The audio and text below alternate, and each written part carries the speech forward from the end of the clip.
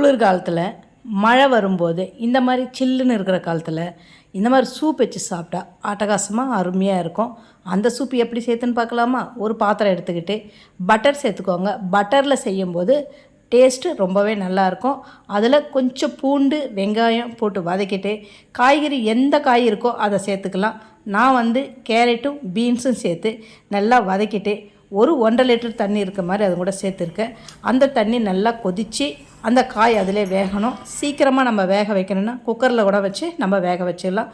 இப்போ நான் இந்த சிம்மிலே ஒரு 20 நிமிஷம் வேக வச்சுட்டேன். வேக வச்சு எடுத்த அந்த காயை அப்படி இன்னும் கொஞ்சம் வேகலைன்னா அந்த கரண்டியாலே நல்லா அழுத்தி தேய்ச்சி விட்டோம்னா காய் நல்லா வெந்துடும். இப்போ அதுக்கு இன்னும் கட்டி தரக்கூடிய கார்ன்ஃப்ளவர் மாவை 2 ஸ்பூன் எடுத்து கலந்து அதுவும் கூட சேர்த்தோம்னா இந்த சூப் நல்லா கட்டியாக திக்னஸாக வரும். இதுக்கு இன்னமும் நம்ம டேஸ்ட்டு தரத்துக்கு மிளகுத்தூள் சேர்த்துக்கணும். மிளகுத்தூள் சேர்த்து இந்த சூப் சாப்பிடும்போது அப்படியே தொண்டைக்கு எதமாக இருக்கும்.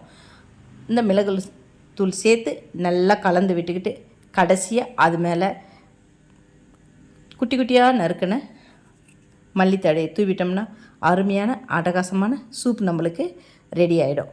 இதை ஒரு பவுலில் மாற்றி சுட சுட சாப்பிடும்போது அவ்வளோ அருமையாக ரெஸ்டாரண்ட் ஸ்டைலில் டேஸ்ட்டாக சூப் நம்மளுக்கு கிடச்சிடும். நீங்களே இது மாதிரி வீட்டில் ஒரு வாட்டி ட்ரை பண்ணி சாப்பிட்டு பாருங்கள்.